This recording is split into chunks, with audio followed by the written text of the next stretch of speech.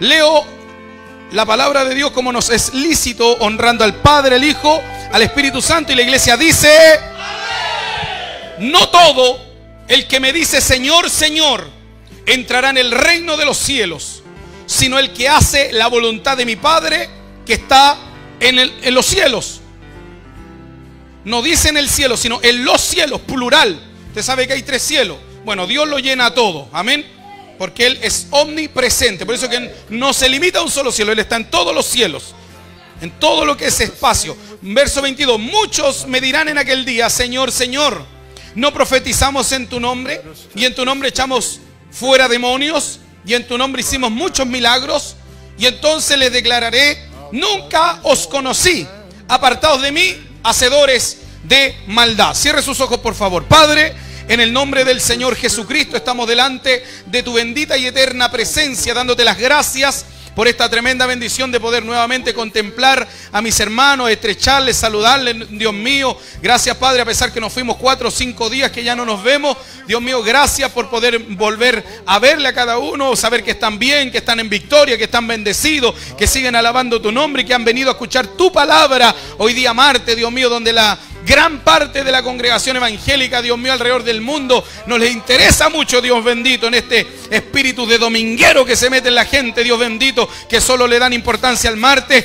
Padre mío, que eso nunca entre en nuestro corazón. Y muchas gracias por ver este lindo remanente de hermanos que se han esforzado en llegar a tu casa de una u otra manera. Han podido estar aquí, Señor bendito, y han venido a escuchar tu palabra. Queremos pedirte que se oiga la voz de Dios y no voz de hombre, que se escuche la voz del Espíritu Santo, no la voz carnal del ser humano, porque la voz del hombre daña, lastima, hiere y no cura, Dios mío. Pero la voz del Espíritu, por fuerte que sea, algo produce en los corazones, Dios mío, que los levanta, los restaura, los vivifica, los anima, los fortalece, los renueva. Y es por eso que te suplico, Señor, que uses mi vida con la voz de tu Espíritu, no por lo que soy, sino a pesar de lo que soy. Misericordia que le imploramos en el poderoso nombre de Jesús.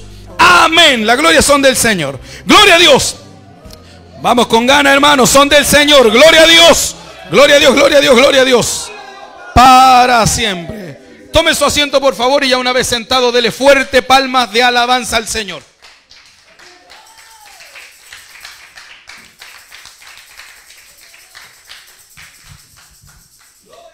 Alabado sea el Señor. Cristo vive, hermanos. Aleluya. El Evangelio de Mateo, no sé si alguien me da un poquito de confort o una toallita, algo, no sé si por ahí ando trayendo algo. ¿Qué pasa? Que cuando uno toma agüita de lo que nos preparan acá, ya, gracias. Uno necesita secarse los labios para no estar, bueno, usted ya sabe, ya.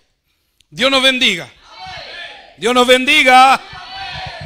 Gloria al Señor para siempre. Ya. El Evangelio de Mateo es el primer libro del Nuevo Testamento. Y ahora sí voy a empezar. El Evangelio de Mateo es el primer libro del Nuevo Testamento. Ahora sí me están prestando atención. Este libro es atribuido tradicionalmente a Mateo, uno de los 12 apóstoles, quien antes de seguir a Jesucristo seguía el dinero, quien antes de seguir a Jesucristo seguía la avaricia, quien antes de seguir a Jesucristo y caerle bien a las personas, le caía mal a la gente. ¿Por qué? Porque Mateo era lo que nosotros conocemos, la Biblia nos relata como un recaudador de impuestos. Un recaudador de impuestos judío, por cierto, era una persona que se daba la mano con los romanos. El imperio romano en aquel entonces, recuerde usted que el pueblo judío, el pueblo de Dios, los israelitas, los hebreos, como usted quiera llamarles, son todos sinónimos de la misma nación que estamos hablando, estaba bajo el yugo del imperio romano. Vino Roma con todo su ejército, con toda su potencia, su fuerza, con toda su artillería, con todos sus caballos, sus jinetes, con todos sus soldados, con todas sus legiones, y conquistaron tierra de Israel, pero les permitieron tener ciertos privilegios, como por ejemplo que los judíos sigan con el judaísmo, que sigan habiendo sinagogas donde se adorara a Jehová, se guardara el día sábado, y no se les obligaba a alabar, ni a adorar, ni a loar, ni a exaltar, ni a ensalzar al panteón de los dioses romanos. Por lo tanto, es por eso que nosotros vemos que a pesar de que están esclavos y bajo el yugo del imperio romano, aún así ellos tenían ciertas libertades y podían seguir ejerciendo su religión sin ningún problema. Pero que una persona, hasta ahí está bien, pero que una persona se tomara de la mano de los romanos ya era una cosa muy distinta. Era una aberración, se le agarraba odio a la persona. Y Leví, o Mateo en este caso, recaudador de impuestos, se agarró de la mano de los romanos. ¿Para qué? Para poder tener plata, dinero, para poder tener una buena vida. Se hizo un recaudador de impuestos, es decir, tenía conocimientos de dinero, de finanzas, de tesorería, del debe, del haber, de los egresos, de los ingresos. El hombre sabía un poco de dinero, amados hermanos, y por causa de esto, los judíos los odiaban. ¿Por qué? Porque recaudaban los impuestos del mismo pueblo judío. Había un banquillo donde se sentaban los recaudadores de impuestos y los judíos venían a pagar mes a mes lo que tenían que contribuir con el imperio romano. Y todos sabían que los recaudadores de impuestos como Mateo eran mano de murra, gato de campo. Eran personas que tenían la mano con pegamento. Eran personas que se sacaban, no sé, pues 100.000 pesos, y de los 100.000 se guardaban en el bolsillo derecho 10.000 y le decían al imperio romano: ahí están los 90.000 que dio el pueblo judío. Por lo tanto, todos sabían que eran personas avarientas. Este fue el hombre que cuando Dios lo llamó, cuando Dios lo convirtió, cuando Dios lo hizo una nueva criatura, dejó algo que a muy pocos, amados, en muy pocos pueden dejar. ¿Qué cosa? El amor al dinero. Es más, es muy difícil que un rico se salve. No es imposible, pero Cristo dijo que era más fácil pasar un camello por el ojo de una aguja que un rico entrar en el reino de los cielos. O sea, la cuestión es difícil, es complicado que una persona suelte el dinero. Cuando se ha conocido el dinero, la gente suele amarlo, suele quererlo, suele abrazarlo, y aunque el dinero no entrega felicidad, facilita la vida, y eso a las personas les gusta. Por lo tanto, el convertimiento de Mateo es algo especial, singular, porque si son muy pocos los ricos que se salvan, este hombre, que a pesar de su amor al dinero, amados hermanos, cuando escuchó la voz de Cristo: sígueme, él siguió al Señor Jesucristo. Ese es el hombre que escribió el Evangelio de Mateo. Mateo es conocido por su enfoque en Jesús como el cumplimiento de las profecías del Antiguo Testamento. Al ser judío, Mateo está fielmente comprometido con las escrituras hebreas del Antiguo Testamento, y es por eso que a cada rato, no sé si alguno de ustedes han leído Mateo de pe a pa, de comienzo a final, pero usted va a encontrar a cada rato que Mateo dice: esto es lo dicho por el profeta tanto. Esto es lo que estaba escrito por el profeta. Esto es lo que decía el profeta, dando a entender que Jesucristo es el fiel cumplimiento de la ley y los profetas del Antiguo Testamento, dando a entender que Él es el Mesías, que Él es el que había prometido, amados hermanos, Dios en el Antiguo Pacto, en el Antiguo Testamento. Por supuesto, usted ya sabe, pero creo que no está de más mencionarlo, que los judíos esperaban un Mesías revolucionario, un Mesías que viniera a conquistar, un Mesías que viniera a derrocar al imperio romano. Y por supuesto que fue un gobernador, por supuesto que fue un rey, por supuesto que fue un revolucionario, pero del mundo espiritual. Lo que pasa es que ellos no entendían, no podían entender, y muchos judíos hasta el día de hoy tienen un velo que les impide saber que Cristo sí fue rey, sí fue revolucionario, sí fue conquistador y sí fue todo lo que ellos esperaban, pero en plano espiritual. Por eso él aclara y dice: si mi reino fuera de esta tierra, mis servidores pelearían por mí, mas el reino que yo les entrego es de los cielos, y no me es difícil a mí orar a mi Padre y que mande varias legiones para que me defiendan, dando a entender que su gobierno, su reinado es de carácter espiritual. Por eso que los únicos que van a poder entrar a este reino son aquellos que vivan en el Espíritu, porque es un reino espiritual. Es más, usted sabe que ni siquiera una alabanza ni una adoración pasa el techo si no se hace en el Espíritu. Juan capítulo 4 dice: ya la hora viene y ahora es cuando los verdaderos adoradores adorarán al Padre en espíritu y en verdad. ¿Por qué? Porque la adoración es espiritual. el culto es espiritual, la palabra es espiritual, los hermanos deben ser espirituales. Todo en una iglesia, en un templo, en una congregación es de carácter espiritual. ¿Por qué? Porque el reino de los cielos que Cristo vino a presentar es de carácter espiritual, amados hermanos. En el gobierno milenial de Cristo eso va a ser físico, mientras tanto es algo espiritual. Va a ser físico, ¿en qué sentido? De que Él va a gobernar de manera física. Y la Biblia dice, en aquel día nosotros gobernaremos con vara de hierro.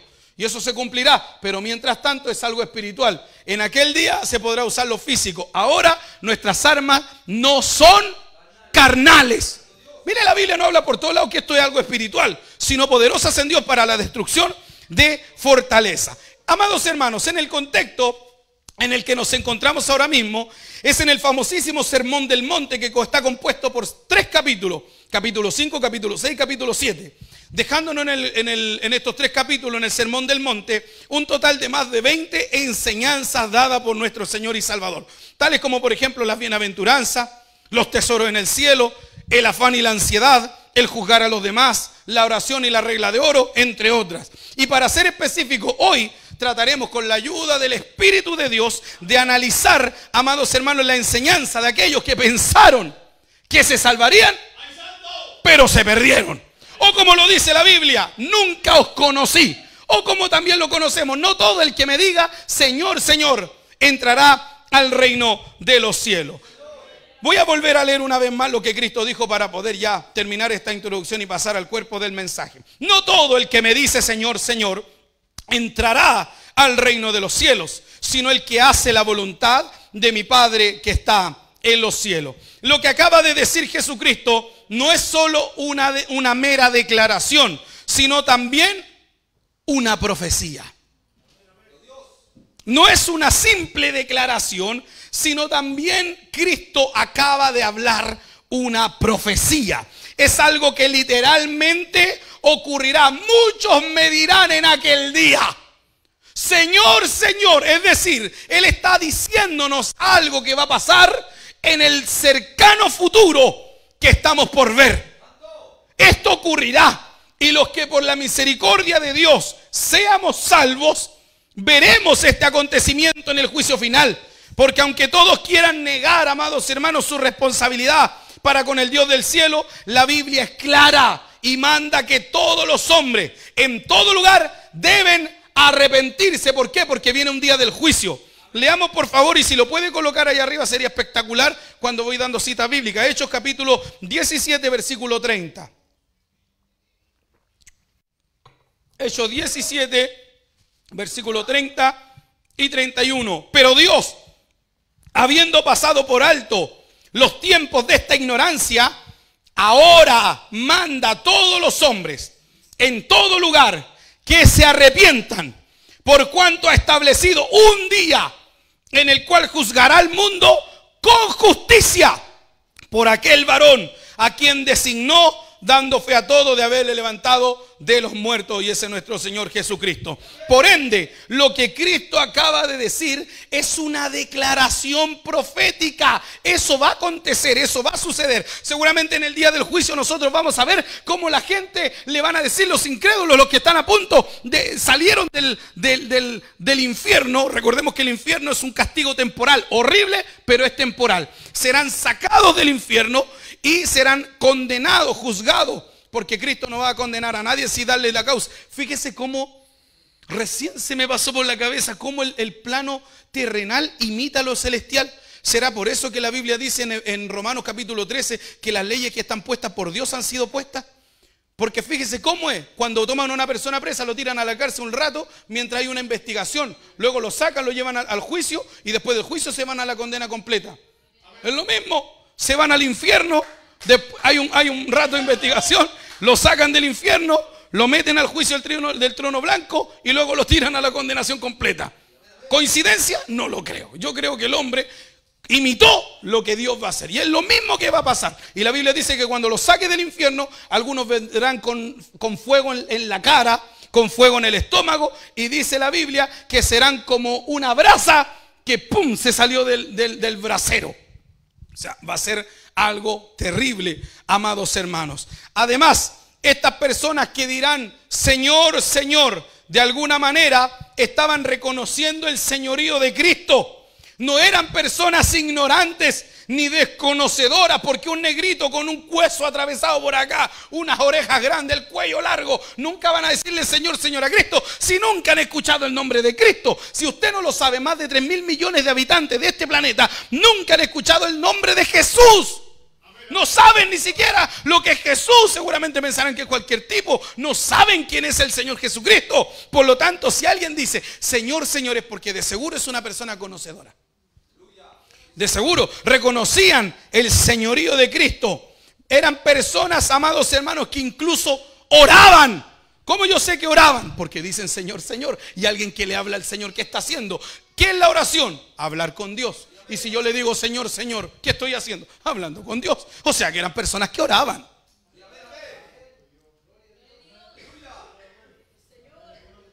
¿Cuál es el peligro que vamos viendo?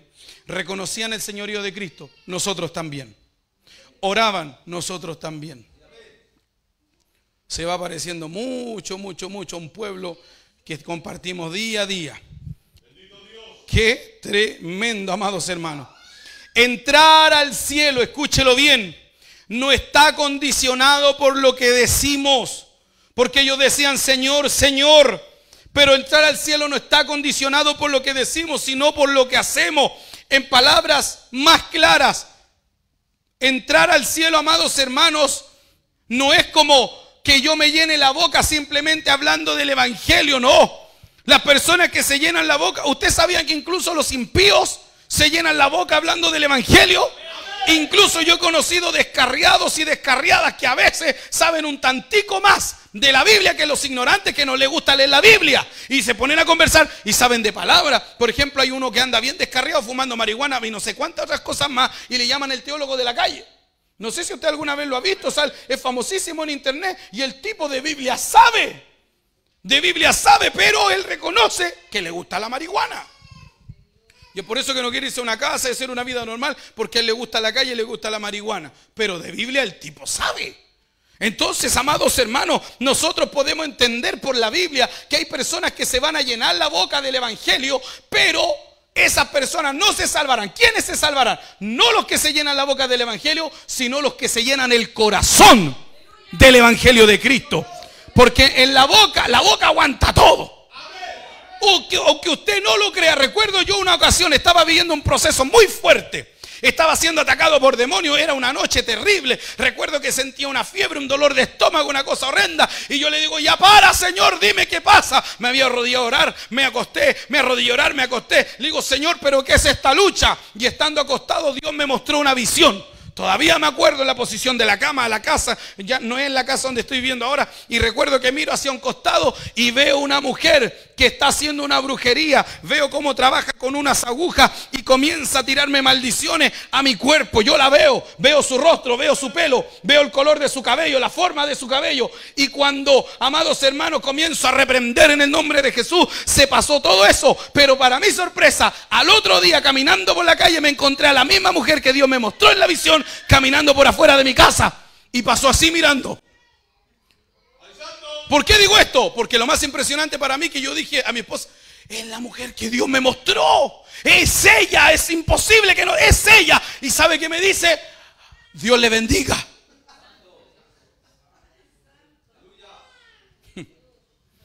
Hasta un brujo puede decir Dios le bendiga. Conocí a una señora, una bruja que hablaba con una muñeca. Y cuando tú entrabas a su casa, lo primero que veías en un estante, en una mesa de noche, una mesa de recibimiento, ¿sabe lo que había? El Nuevo Testamento abierto en el Salmo 91. ¿Qué nos hace diferente de estos brujos que hablan de Dios y cosas por el estilo? Tenga cuidado. No todo el que dice Señor, Señor entrará allá arriba. Procure una vida de santidad, una vida de cambio, una vida que sea marcada, que en usted puedan decir, en esa persona hay un antes y un después. En esa persona hay un cambio. Amados hermanos, increíble ver y entender y saber y conocer que no todo el que le diga Señor, Señor, entrará al reino de los cielos, sino el que hace la voluntad de mi Padre que está en los cielos. Porque muchos tienen palabras de grandeza, testimonios increíbles, pero son solo eso, palabras. Son solo palabras. Algunos de hecho tienen un pasado glorioso. Vivieron, se esforzaron, hicieron cosas por la obra, pero hoy día son un escombro en la iglesia. Hoy día son un pilar apolillado, lleno de termitas, un palo hueco, ya no sirven para nada. Bendito sea el nombre del Señor. Es increíble ver cómo el descuido espiritual destruye a la gente de Dios. Es increíble el precio caro que se paga por el descuido espiritual. Los más grandes han caído ante el descuido espiritual. ¿No va a caer usted y yo? Cuando los más grandes se han descuidado, el diablo los ha confundido, el diablo los ha turbado. Nunca me olvido del testimonio de un siervo de Dios que entró a una iglesia y comenzó, y el hombre tenía una gracia especial de parte de Dios. ¿Cuál era la gracia especial? Él tenía un discernimiento claro de espíritus.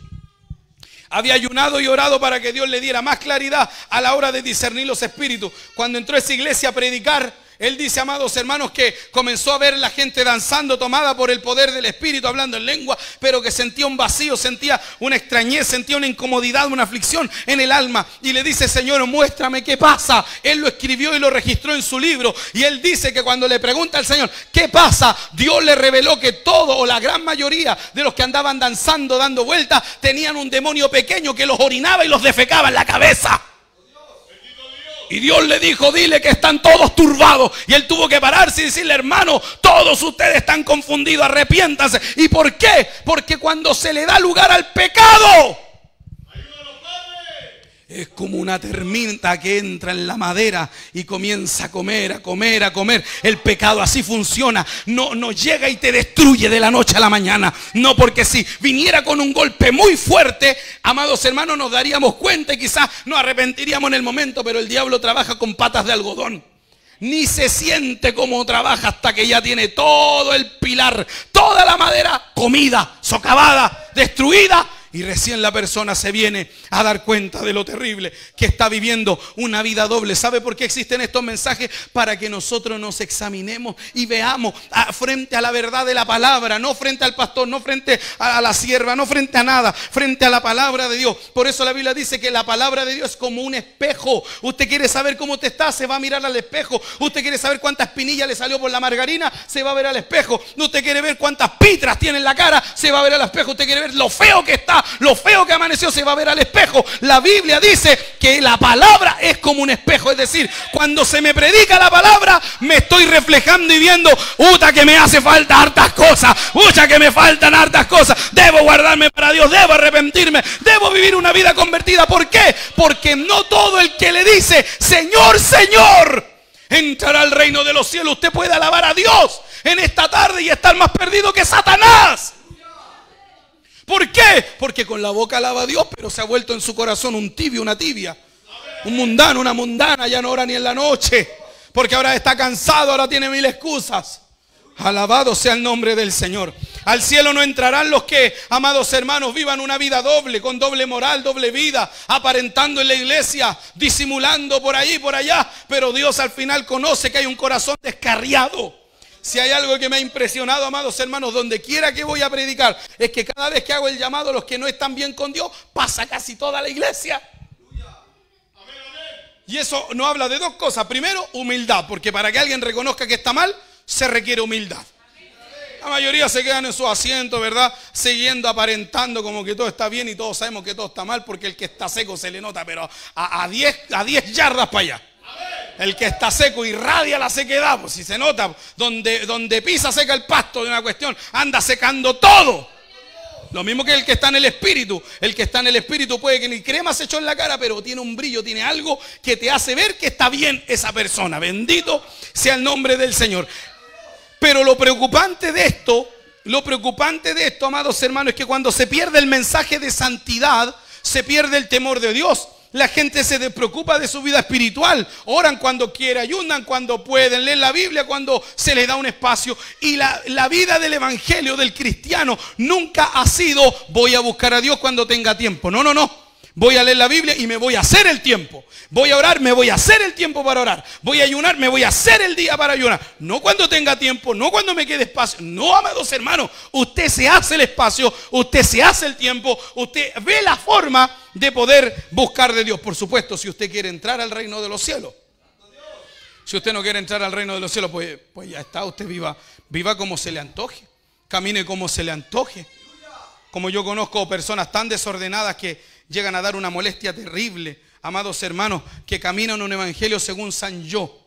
¿Cuál es el evangelio según San Yo? Donde camino como me parece. Algunos no tienen ni pastor. Una vez yo ya le he contado a usted, no una vez, muchas veces. Yo le digo, amén, hermanito, pero porque mucha gente me llama, me habla por interno pidiéndome consejo. Le digo, amén, pero ¿quién es su pastor? No, Jehová mi pastor y nada me faltará. Yo no tengo pastor, no lo necesito. No lo necesita, entonces, ¿cuántas páginas le quitaste a la Biblia? Porque según mi Biblia, en Efesios capítulo 4, versículo 11, Dios dejó ministro para perfeccionar a los santos hasta que lleguen a la unidad del conocimiento y el amor del Señor, a la estatura del varón perfecto. Es decir, Dios dejó hombres para poder enseñarnos a los otros hombres, hombres quienes Dios capacita, quienes Dios coge, quienes Dios llama, como dice el libro de Hebreos. No es una honra que se toma uno a sí mismo, sino a quien Dios llama, como lo fue Aarón, dice la Escritura. Amados hermanos, quiero decirle que solo podremos entrar al reino de los cielos haciendo una cosa. Cristo lo dijo: el que haga la voluntad de mi Padre que está en los cielos. ¿Cómo puedo entrar al cielo? Es una buena pregunta. Muchos se han preguntado cómo puedo entrar a esa universidad. ¿Cómo podré entrar a ese trabajo? ¿Cómo podré optar a esa beca? Tenemos muchas preguntas. Ahora la pregunta es: ¿cómo puedo entrar al cielo? Recuerde que esto es eterno. Todo lo de esta tierra es pasajero, temporal y efímero. Pero esta pregunta va a decidir la eternidad de su alma. ¿Cómo puedo entrar al cielo? Haciendo la voluntad de Dios. Esa es la respuesta. Pero ¿cuál es la voluntad de Dios? Es otra pregunta buena.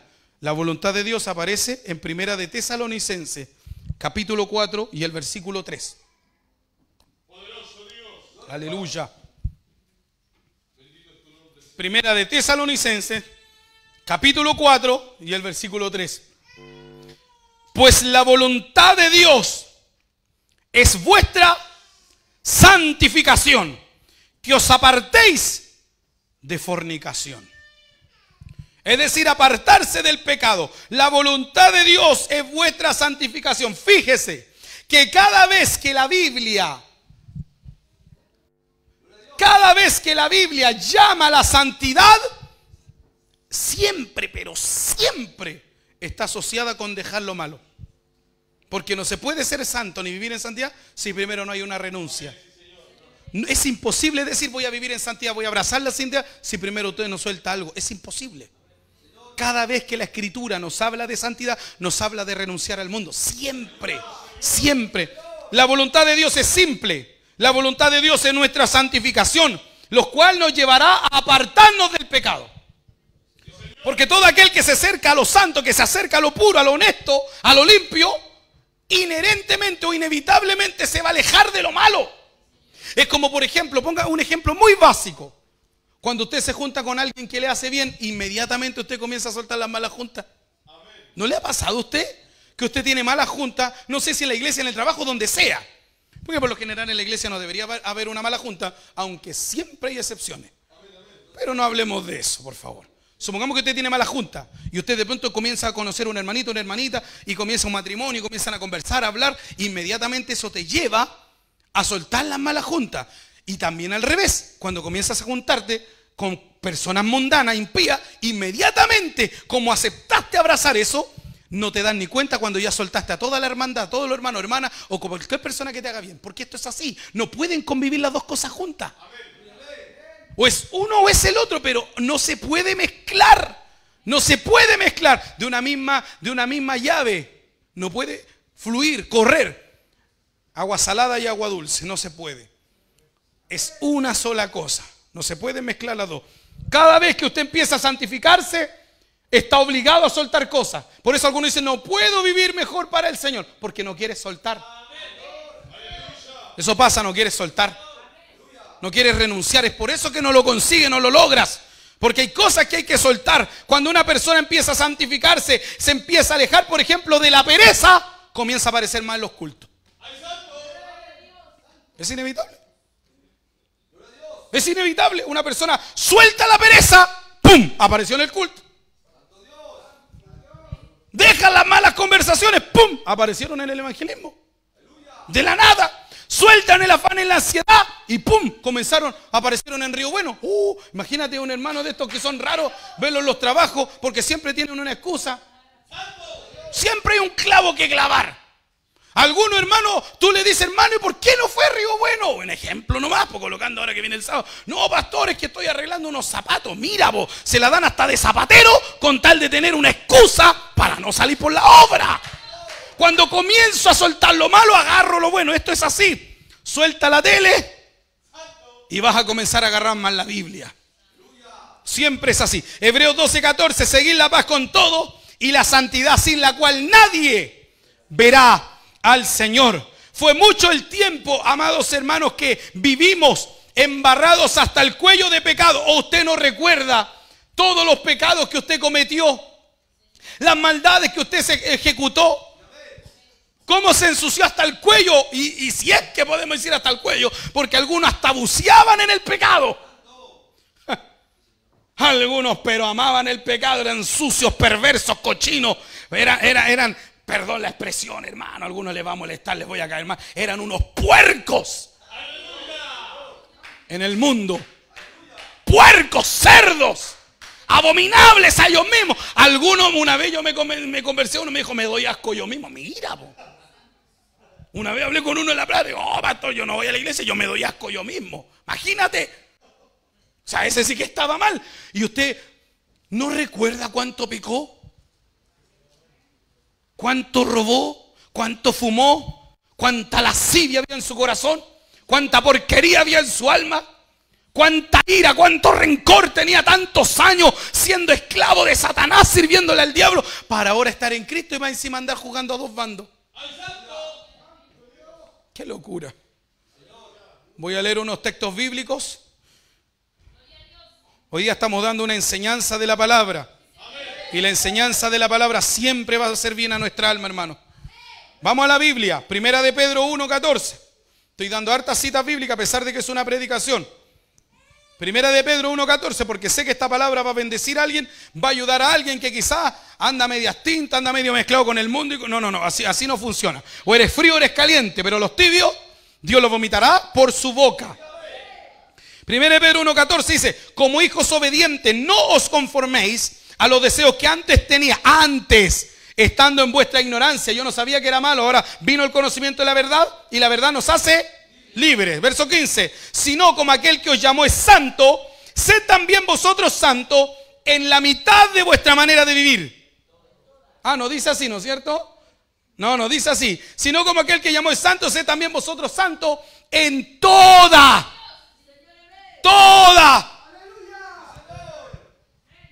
Y esta cuestión sí que es difícil.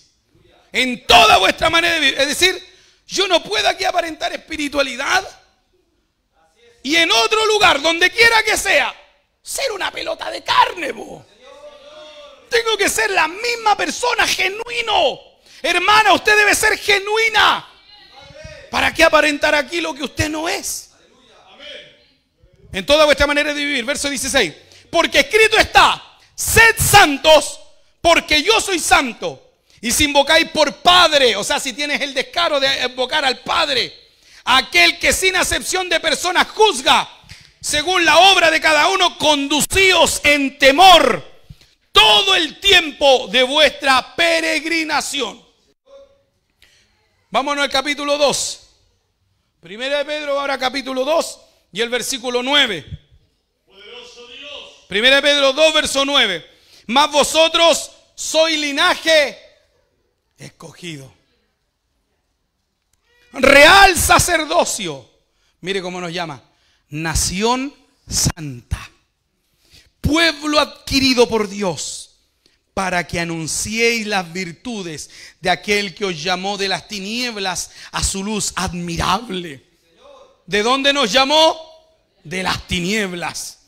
vosotros que en otro tiempo no erais pueblo, pero que ahora sois pueblo de Dios, que en otro tiempo no habíais alcanzado misericordia, pero ahora habéis alcanzado misericordia. Verso 11. Mas yo os ruego, como a extranjeros y peregrinos, que os abstengáis de los deseos carnales que batallan contra el alma, manteniendo buena vuestra manera de vivir entre los gentiles, para que los que murmuran de vosotros como malhechores glorifiquen a Dios en el día de la visitación, al considerar vuestras buenas obras. O sea, pueden hablar lo que quieran de nosotros, pero son nuestras obras finalmente las que van a hablar por nosotros. Verso 13. Por causa del Señor, someteos a toda institución humana, ya sea al rey como a superior. Ay, Pedro está hablando del sometimiento. Esta cuestión es bíblica entonces. Esta cuestión es bíblica. Alguien que me ayude con el teclado.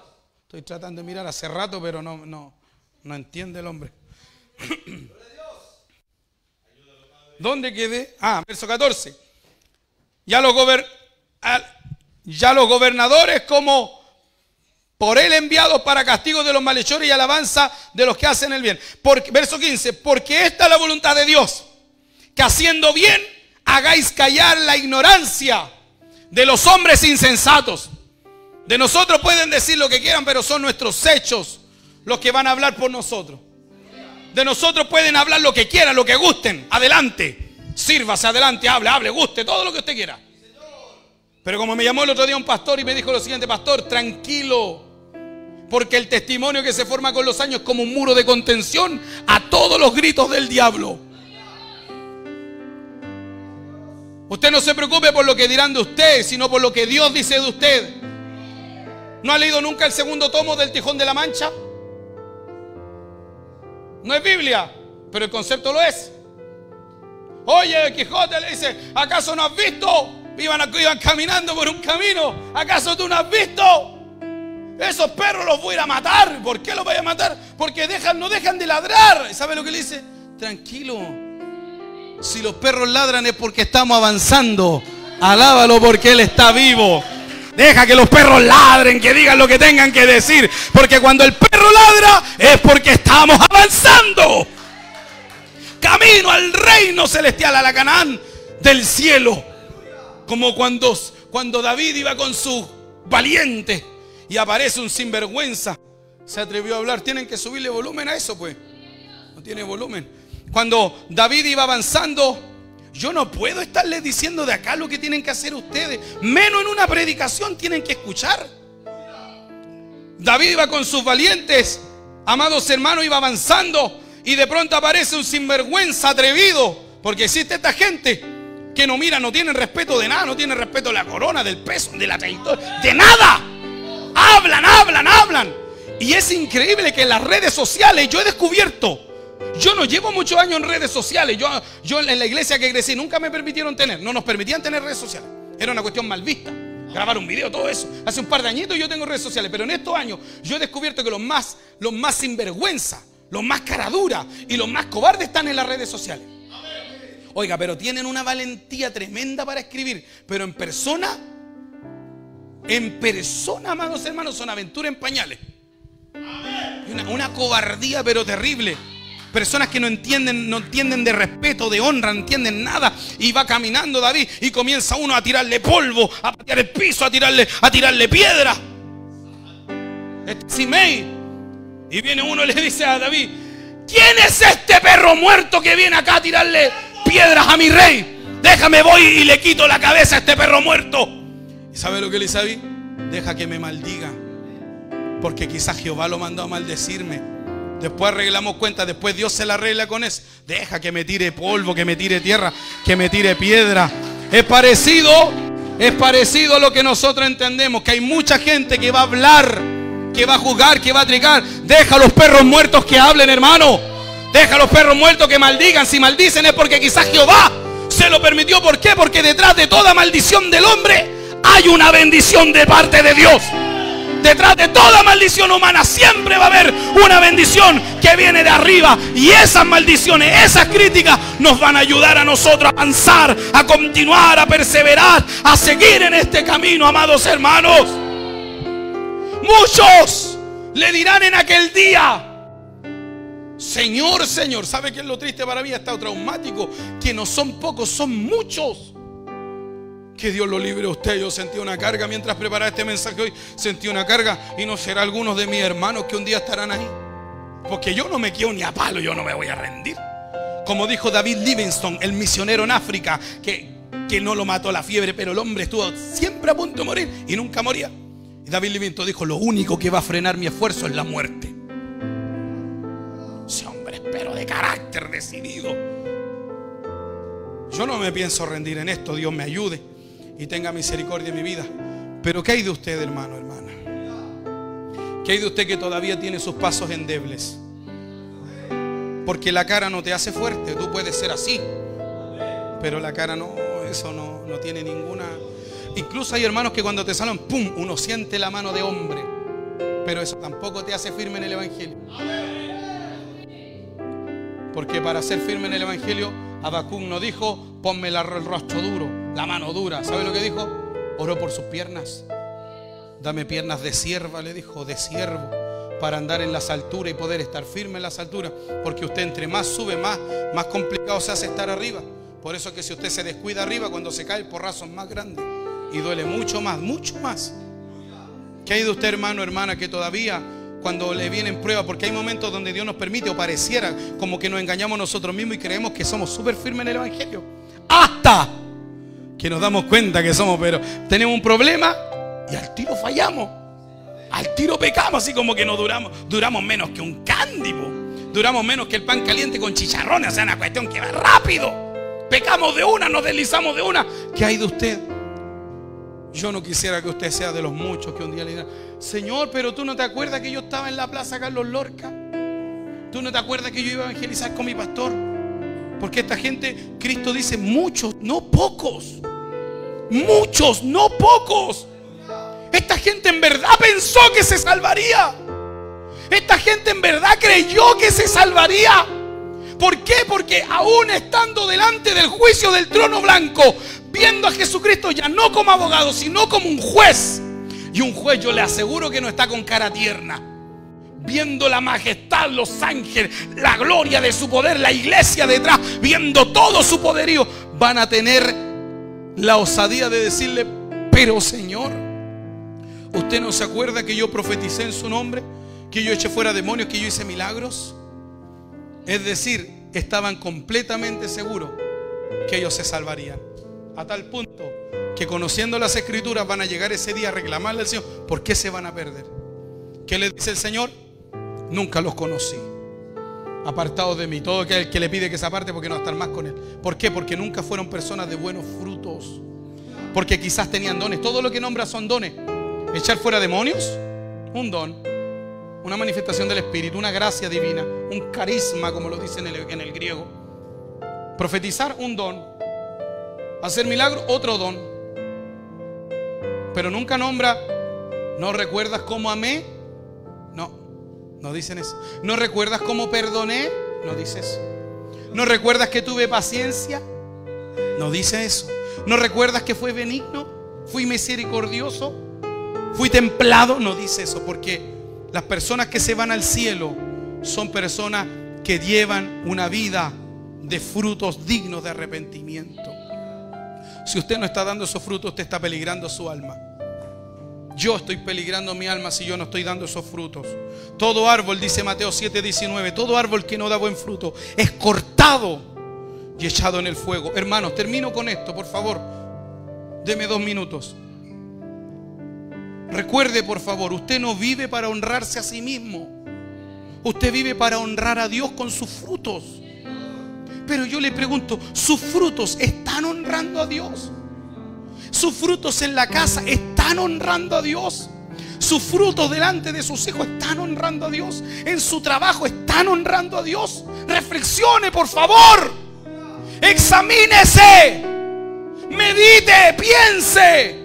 Malaquías 1:6 dice: El hijo honra al padre y el siervo a su señor.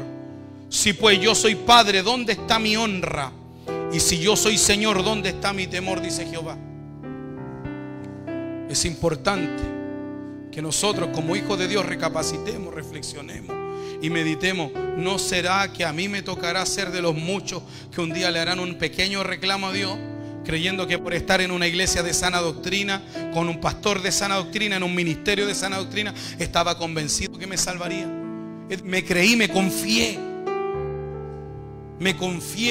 pensé que iba a llegar, que iba a haber una oportunidad. La muerte me sorprendió y me pilló mal parado. Muchos, no pocos, recuerde siempre eso, van a ser muchos. Procure no ser de los muchos que se perderán, sino de los pocos que se salvarán. Y para que usted se salve, usted debe hacer la voluntad de Dios. No solo decir Señor, Señor. Tramarse a grito en la iglesia, alabar a Dios con voz alta, todo eso es bueno, todo eso es lindo, pero eso no lo va a salvar. Lo que le asegura a usted el reino celestial junto con Cristo es una vida de arrepentimiento y de frutos que evidencien su genuina salvación. Hermanos, este es el tiempo de que usted recapacite y reflexione y deje de vivir una vida de pereza, de carnalidad, una vida mundana, una vida apagada. Vuelva a encenderse en el fuego del Espíritu y a buscar el rostro del Señor. Amén. Póngase de pie, por favor, amados hermanos. El altar del Señor está abierto. Es martes, pero Dios también está los martes en su casa. Si usted necesita fuerza de parte de Dios, venga al altar a buscarlas, hermanos amados. Mientras, alabado sea el Señor, vamos a orar por su vida. Vamos a pedirle al Señor que le fortalezca, que le ayude, que anime, que afirme sus pasos. Todos somos hombres débiles, carentes. Tenemos debilidades, flaqueza, hay cosas que a veces, amados hermanos, nos impiden avanzar como debiéramos avanzar. Pero en esta tarde el Señor nos invita a su altar a buscar fortaleza y fuerza, a buscar vigor, a buscar esa fuerza que nos hace falta. No seamos de los muchos que se pierden, sino de los pocos que se salvan. Padre, en el nombre del Señor Jesús, estamos ante tu presencia, Dios mío, pidiéndote misericordia, pidiéndote piedad. Te rogamos, Señor, en esta hora que dé fuerza a tu iglesia, dé fuerza a tu pueblo. Hay hermanos, Dios mío, que en verdad no la están pasando bien. Hay hermanos que le está costando vivir una vida de santidad. Señor, solo tú conoces. Detrás, Dios mío, quizás de una mano levantada, de un gloria a Dios, un aleluya, eso no indica que todo esté bien, Señor. Quizás hay pruebas, circunstancias y luchas que le está costando a tu iglesia, a tu pueblo. Mas yo oro creyendo que usted nos ha hablado por su palabra, porque quiere el bien para nosotros. Reprenda, Padre, todo lo que impide que tu iglesia, Dios mío, te busque y de esos frutos. Bendice estos árboles que han pasado a buscar abono. Bendice estos árboles que han pasado a buscar abono, Dios mío. Hazlo dar frutos, Dios mío, en abundancia. Frutos en abundancia. Frutos dignos de arrepentimiento y que permanezcan, que sean frutos que permanecen, como dice San Juan capítulo 15, Señor. Gracias, Padre de la gloria. Fortalece a tu iglesia, fortalece a tu pueblo, fortalece a los hermanos, a las hermanas. Llénanos de tu vigor. Ayuda, Padre mío, a todo, Padre de la gloria, el que ha escuchado esta palabra, sea bendecido por ella, en el nombre poderoso del Señor Jesucristo. Amén. Gloria a Dios, gloria a Dios, gloria a Dios para siempre. Alabamos al Señor. Aleluya. Gloria a Dios para siempre. Y habitar en tu presencia.